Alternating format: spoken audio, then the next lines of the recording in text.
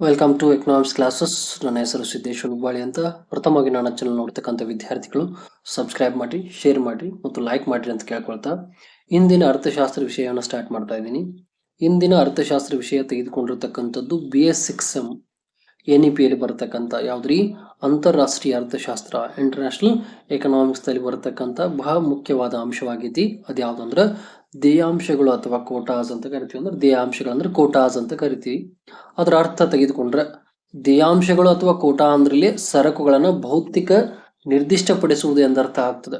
ಅಂದ್ರೆ ದೇಯಾಂಶ ಅಂದ್ರೆ ಇದನ್ನು ವಿಧಿಸಿದಾಗ ಯಾವುದೇ ಒಂದು ದೇಶ ಆಮದು ಮಾಡಿಕೊಳ್ಳುವ ಪ್ರಮಾಣದ ಮೇಲೆ ಅಥವಾ ರಫ್ತು ಮಾಡುವ ಪ್ರಮಾಣದ ಮೇಲೆ ಮಿತಿಯನ್ನ ಹೇರ್ತಕ್ಕಂಥದ್ದು. ಅಂದ್ರೆ ಯಾವುದೇ ರಾಷ್ಟ್ರ ಆಗ್ಲಿ, ನಾವು ಬೇರೆ ದೇಶಗಳಿಗೆ ಕಳಿಸೋದಾಗ್ಲಿ ಅಥವಾ ಬೇರೆ ರಾಷ್ಟ್ರಗಳಿಂದ ನಾವು ತರಿಸ್ಕೊಳ್ಳೋದಾಗ್ಲಿ, ಅದರದೇ ಆದಂತ ಒಂದು ಮಿತಿಯನ್ನ ಹೇರ್ತದೆ. ಅಂದ್ರೆ ಇಂತಿಷ್ಟೇ ಕಳಿಸ್ಬೇಕು, ಇಂತಿಷ್ಟನ್ನೇ ಆಮದು ಮಾಡಿಕೊಳ್ಬೇಕು ಅನ್ನೋದರ ಒಂದು ಮಿತಿಯನ್ನ ಹೇರ್ತಕ್ಕಂಥದಕ್ಕೆ ನಾವು ದೇಯಾಂಶ ಅಥವಾ ಕೋಟಾಸ್ ಅಂತ ಕರಿತೀವಿ. ಇನ್ನು ಆಮದು ದೇಯಾಂಶಗಳಂದ್ರೆ ಸುಂಕಗಳಂತೆ ಅತಿ ಮುಖ್ಯವಾದ ಒಂದು ರಕ್ಷಣಾ ವಿಧಾನವಾಗಿ ಕೂಡ ಅದು ಒಂದು ನಿರ್ದಿಷ್ಟ ಅವಧಿಯಲ್ಲಿ ನಿಗದಿತ ಪ್ರಮಾಣದ ಅಥವಾ ಮೌಲ್ಯದ ಸರಕುಗಳ ಆಮದಿಗೆ ಅನುಮತಿ ನೀಡತಕ್ಕಂಥದ್ದಕ್ಕೆ ನಾವೇನು ಕರಿತೀವಿ, ಈ ವಿಧಾನಕ್ಕೆ ಆಮದು ದೇಯಾಂಶಗಳು ಅಂತ ಕರಿತೀವಿ. ಅಂದ್ರೆ ಬೇರೆ ದೇಶಗಳಿಂದ ಸರಕುಗಳನ್ನು ತರಿಸ್ಕೊಳ್ಬೇಕಾದ್ರೆ ಅದು ಒಂದು ರಕ್ಷಣಾತ್ಮಕ ವಿಧಾನವಾಗಿ ಕೂಡ ಕಾರ್ಯನಿರ್ವಹಿಸ್ತದೆ. ಮತ್ತು ಒಂದು ನಿರ್ದಿಷ್ಟ ಅವಧಿಯಲ್ಲಿ ನಿಗದಿತ ಪ್ರಮಾಣದ ಅಥವಾ ಮೌಲ್ಯದ ಸರಕುಗಳನ್ನು ಆಮದು ಮಾಡ್ಕೊಳ್ಳಕ್ಕೆ ಅನುಮತಿ ನೀಡತಕ್ಕಂಥ ವಿಧಾನಕ್ಕೆ ನಾವಿಲ್ಲಿ ಏನಂತ ಕರಿತೀವಿ, ಆಮದು ದೇಯಾಂಶಗಳು ಅಂತ ಕರಿತೀವಿ. ಇನ್ನು ಅದರದೇ ಆದಂತ ದೇಯಾಂಶದ ಒಂದಿಷ್ಟು ಉದ್ದೇಶಗಳು ಕೂಡ ಅದಾವ. ದೇಯಾಂಶದ ಉದ್ದೇಶಗಳು ಏನೇನು ಹೊಂದೈತಿ? ಒಂದನೇದು, ಇದು ಪ್ರತಿಕೂಲ ಪಾವತಿ ಶುಲ್ಕನ್ನ ಸರಿಪಡಿಸ್ತದ ಅಂತ ಹೇಳ್ತಾರೆ. ಅಂದ್ರೆ ಯಾವುದೇ ಒಂದು ದೇಶ ಪಾವತಿ ಶುಲ್ಕಿನ ಪ್ರತಿಕೂಲವಾಗಿರುವಾಗ ಆಮದು ದೇಯಾಂಶಗಳನ್ನು ವಿಧಿಸಲಾಗುತ್ತಿದೆ.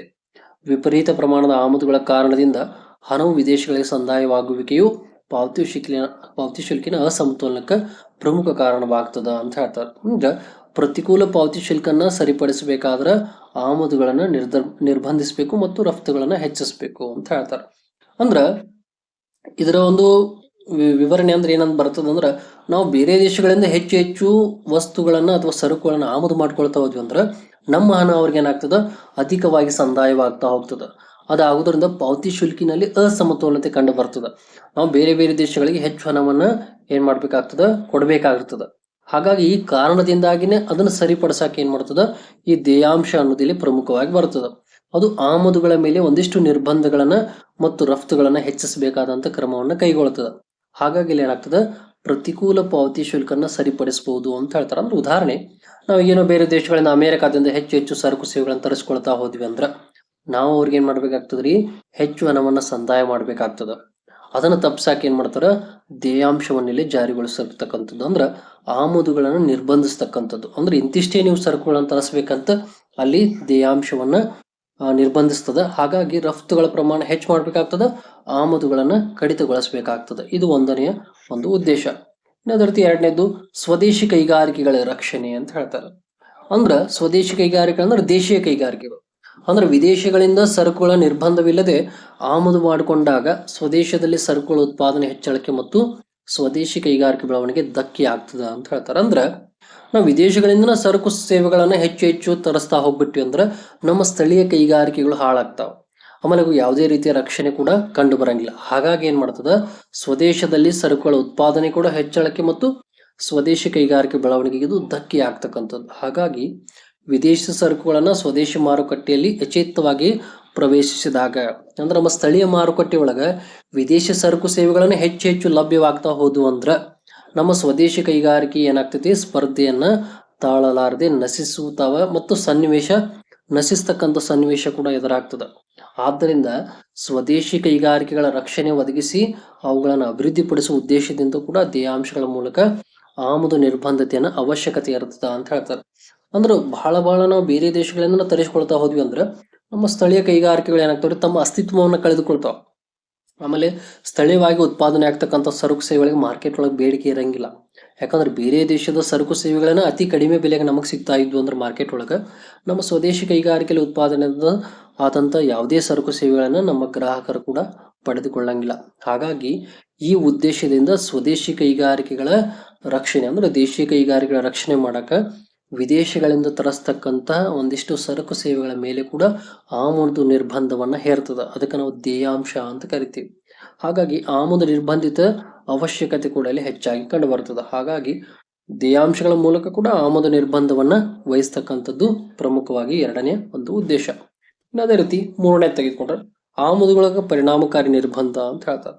ಅಂದ್ರೆ ದೇಯಾಂಶಗಳು ವಿಧಿಸದೆ ಇತರ ವಿಧಾನಗಳ ಮೂಲಕ ನಿಯಂತ್ರಿಸಲು ಪ್ರಯತ್ನಿಸಿದರೆ ಆ ಕ್ರಮವು ಹೆಚ್ಚಿನ ಯಶಸ್ಸನ್ನು ನೀಡಲಾರದೆಂಬ ಇಂಥ ಸರಕುಗಳನ್ನು ಇಂತಿಷ್ಟೇ ಪ್ರಮಾಣದಲ್ಲಿ ಆಮದು ಮಾಡಿಕೊಳ್ಳಬೇಕೆಂದು ನಿಗದಿಪಡಿಸಿದಾಗ, ಅಂದರೆ ಆಮದುಗಳನ್ನು ಭೌತಿಕವಾಗಿ ನಿರ್ಬಂಧಿಸಿದಾಗ ಸ್ವದೇಶಿ ಕೈಗಾರಿಕೆಗಳ ಬೆಳವಣಿಗೆ ಮತ್ತು ಉತ್ಪಾದನೆ ಕೂಡ ಹೆಚ್ಚಳ ಸಾಧನೆ ಆಗ್ತದ ಅಂತ ಹೇಳಿದ್ರೆ ಹೆಚ್ಚಳ ಸಾಧನೆ ಮಾಡಕ ಸಾಧ್ಯವಾಗ್ತದ ಅಂತ ಹೇಳ್ತಾರೆ.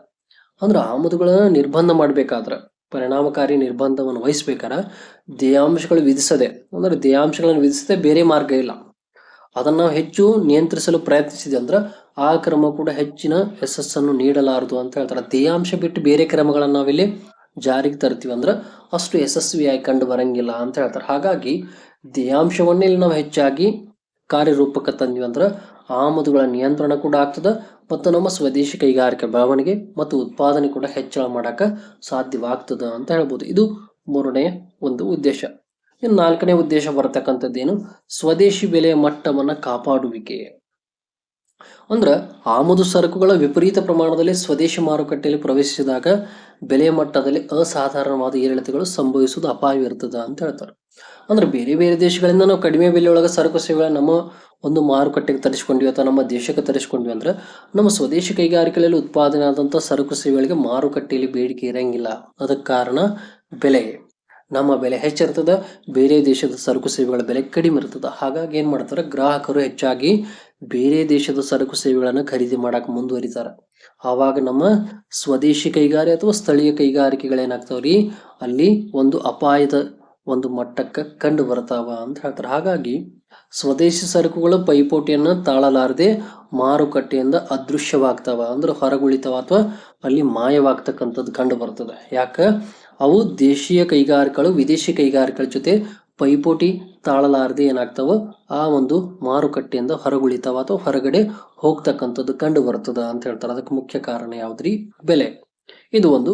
ಆಮೇಲೆ ಸ್ವದೇಶಿ ಉದ್ಯಮಗಳು ನಶಿಸುತ್ತಿರುವಾಗ ವಿದೇಶಗಳಿಂದ ಆಮದು ಮಾಡಿಕೊಳ್ಳಲು ಸರಕುಗಳು ಅಧಿಕ ಬೆಲೆಯಲ್ಲಿ ಮಾರಾಟವಾಗುವ ಪರಿಸ್ಥಿತಿ ಅಸ್ತಿತ್ವದಲ್ಲಿರ್ತದ ಅಂತ ಹೇಳ್ತಾರೆ.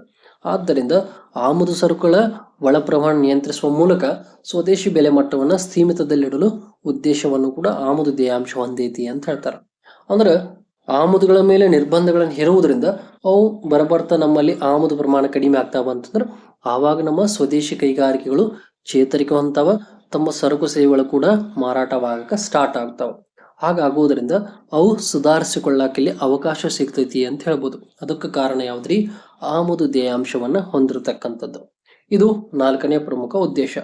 ಇನ್ನು ನಂತರ ಬರ್ತಕ್ಕಂಥದ್ದು ಪ್ರತಿಕಾರ ಅಂತ ಬರ್ತದೆ, 5ನೇ ಪಾಯಿಂಟ್.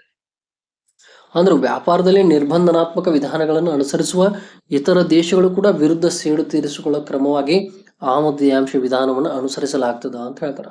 ಅಂದ್ರೆ ಬೇರೆ ಬೇರೆ ರಾಷ್ಟ್ರಗಳ ಜೊತೆ ಅಥವಾ ಬೇರೆ ದೇಶಗಳ ಜೊತೆ ಏನಾದ್ರೂ ನಮ್ದು ವಿರುದ್ಧ ಇತ್ತಂದ್ರ ಆ ಸೇಡನ್ನು ತೀರಿಸಿಕೊಳ್ಬೇಕಾದ್ರೂ ಈ ವಿಧಾನವನ್ನು ಕೂಡ ಇಲ್ಲಿ ಬಳಸ್ಕೊಳ್ಬಹುದು ಅಂತ ಹೇಳ್ತಾರೆ. ಯಾಕಂದ್ರ ಇತರ ದೇಶಗಳು ಯಾವುದೇ ಒಂದು ದೇಶದ ಆಮದು ನಿರ್ಬಂಧಿಸುವ ಅಥವಾ ಇತರ ರೀತಿಯ ವ್ಯಾಪಾರ ನಿಯಂತ್ರಣ ಕ್ರಮಗಳನ್ನು ಅನುಸರಿಸಿದರೆ ಅದಕ್ಕೆ ಪ್ರತಿಕಾರವಾಗಿ ದೇಯಾಂಶ ವಿಧಿಸಿ ಇತರ ದೇಶಗಳಿಂದ ಆಮದುಗಳನ್ನು ನಿರ್ಬಂಧಿಸಲಾಗ್ತದೆ. ಹೌದಾ, ಏನಾದರೂ ನಮ್ಮ ಜೊತೆ ಅಲ್ಲಿ ಏನಾದರೂ ತೊಂದರೆಗಳನ್ನ ಅಥವಾ ಪ್ರತಿಕಾರವನ್ನ ತೀರಿಸ್ಕೊಳ್ಬೇಕಂತಿದ್ರಂದ್ರೆ ಅವಾಗ ನಾವು ಇದನ್ನ ಅಸ್ತ್ರವನ್ನು ಕೂಡ ಬಳಸಬಹುದು ಅಂತ ಹೇಳ್ತಾರೆ. ಯಾವ್ದ್ರಿ, ಆಮದು ದೇಯಾಂಶ. ಇದು ಪ್ರತಿಕಾರದ ಒಂದು ಪ್ರಮುಖವಾಗಿ ಕೂಡ ಕಂಡು ಬರತಕ್ಕಂಥದ್ದು. ಇದು ಒಂದು. ಇನ್ನು ನಂತರ ಇದರ ಕೊನೆಯದಾಗಿ ಬರತಕ್ಕಂಥದ್ದೇ ಆಮದುಗಳ ಸರಕುಗಳಿಗೆ ಬೇಡಿಕೆಯನ್ನು ಮಿತಗೊಳಿಸುವಿಕೆ. ಅಂದ್ರೆ ಯಾವ ನಿರ್ಬಂಧಗಳನ್ನ ಇಲ್ಲದೆ ಆಮದು ಸರಕುಗಳ ಸ್ವದೇಶಿ ಮಾರುಕಟ್ಟೆಯಲ್ಲಿ ಲಭ್ಯವಿರುವುದಾದರೆ ಮತ್ತು ಸ್ವದೇಶಿ ಸರಕುಗಳು ಪೈಪೋಟಿಯನ್ನು ತಾಳಲಾರದಂತ ಸ್ಥಿತಿಯಲ್ಲಿದ್ದರೆ ವಿದೇಶಿ ಸರಕುಗಳ ಬೇಡಿಕೆ ಅಸಾಧಾರಣವಾಗಿ ಹೆಚ್ಚುತ್ತದೆ, ಖರೀದಿಗೆ ಪ್ರೋತ್ಸಾಹ ಮತ್ತು ರಕ್ಷಣೆ ಇಲ್ಲದೆ ಅವುಗಳು ಕೇಳುವವರು ಇಲ್ಲದಂತಾಗ್ತದ ಅಂತ ಹೇಳ್ತಾರೆ. ಅಂದ್ರೆ ಆಮದುಗಳಿಗೆ ನಾವು ಏನೋ ಕಡಿವಾಣ ಹಾಕಲಿಲ್ಲ ಅಂದ್ರ, ನಿರ್ಬಂಧಗಳನ್ನು ಹೇರ್ಲಿಲ್ಲ ಅಂದ್ರ ಅಲ್ಲಿ ಸ್ವದೇಶಿ ಕೈಗಾರಿಕೆಗಳು ಏನಾಗ್ತಾವ್ರಿ, ಮೊದಲು ಸ್ವದೇಶಿ ಮಾರುಕಟ್ಟೆ ಹಾಳಾಗ್ತದ, ಅದರ ನಂತರ ವಿದೇಶಿ ಮಾರುಕಟ್ಟೆಯ ಸರಕು ಸೇವೆಗಳು ನಮ್ಮಲ್ಲಿ ಹೆಚ್ಚು ಪೈಪೋಟಿಗೆ ಉಂಟಾಗ್ತಾವ ಎಲ್ರಿ, ಸ್ಥಳೀಯ ಒಂದು ಮಾರುಕಟ್ಟೆಗಳಲ್ಲಿ. ಅದರಿಂದ ಸ್ಥಳೀಯ ಮಾರುಕಟ್ಟೆಗಳಲ್ಲಿ ಹೆಚ್ಚಿಗೆ ಪ್ರೋತ್ಸಾಹ ದೊರೀತಕ್ಕಂಥದ್ದು ಯಾವುದಕ್ರಿ, ವಿದೇಶಿ ಸರಕು ಸೇವೆಗಳಿಗೆ. ಆಮೇಲೆ ನಮ್ಮ ಅಸ್ತಿತ್ವ ಕೂಡ ಅಲ್ಲಿ ಸಂಪೂರ್ಣವಾಗಿ ಇಲ್ಲದಂತಾಗ್ತದ. ಇದನ್ನು ತಪ್ಪಿಸಾಕ ಸ್ವದೇಶಿ ಸರಕುಗಳು ಮತ್ತು ಅವುಗಳ ಪೈಪೋಟಿ ಸಾಮರ್ಥ್ಯವನ್ನು ಹೆಚ್ಚಿಸಬೇಕಾದ್ರೆ ಅಗತ್ಯವಿರ್ತದ ಅಂತ ಹೇಳ್ತಾರೆ. ಆ ಪ್ರಕಾರ ಆ ಒಂದು ದೇಹಾಂಶಗಳನ್ನ ಆಮದು ಸರಕುಗಳ ಬೇಡಿಕೆಯನ್ನು ಏನ್ರಿಲಿ ಮಿತಗೊಳಿಸುವ ಮೂಲಕ ಒಂದು ದೇಶದ ಚೌಕಾಶಿ ಶಕ್ತಿಯನ್ನು ಹೆಚ್ಚಿಸುವ ಉದ್ದೇಶವನ್ನು ಕೂಡ ಹೊಂದೈತಿ ಅಂತ ಹೇಳ್ತಾರೆ. ಅಂದ್ರೆ ಆಮದು ದೇಹಾಂಶವನ್ನು ಅಸ್ತ್ರವನ್ನು ಬಳಸುವುದರ ಮೂಲಕ ಆಮದು ಸರಕುಗಳ ಬೇಡಿಕೆಯನ್ನು ಕೂಡ ನಾವಿಲ್ಲಿ ಮಿತಗೊಳಿಸಬಹುದು ಅಂತ ಹೇಳ್ತಾರೆ. ಈ ರೀತಿಯಾಗಿ ಬರ್ತಕ್ಕಂಥವೆಲ್ಲ ಏನ್ರಿವ ದೇಹಾಂಶಗಳ ಅರ್ಥ ಮತ್ತು ದೇಹಾಂಶದ ಒಂದಿಷ್ಟು ಪ್ರಮುಖ ಉದ್ದೇಶಗಳು ಈ ರೀತಿಯಾಗಿ ಕಂಡು ಬರ್ತಾವ ಅಂತ ಹೇಳ್ತೇನೆ. ಇದು ನಿಮ್ಮ ಮುಂಬರತಕ್ಕಂಥ ಒಂದು ಪರೀಕ್ಷೆಗೆ ಪ್ರಮುಖವಾದ ಅಂಶವಾಗೈತಿ ಅಂತ ಹೇಳ್ತಾ ಈ ವಿಷಯವನ್ನು ನಾನು ಇಲ್ಲಿಗೆ ಮುಕ್ತಾಯಗೊಳಿಸ್ತಾ ಇದ್ದೀನಿ. ಎಲ್ಲರಿಗೂ ಧನ್ಯವಾದ.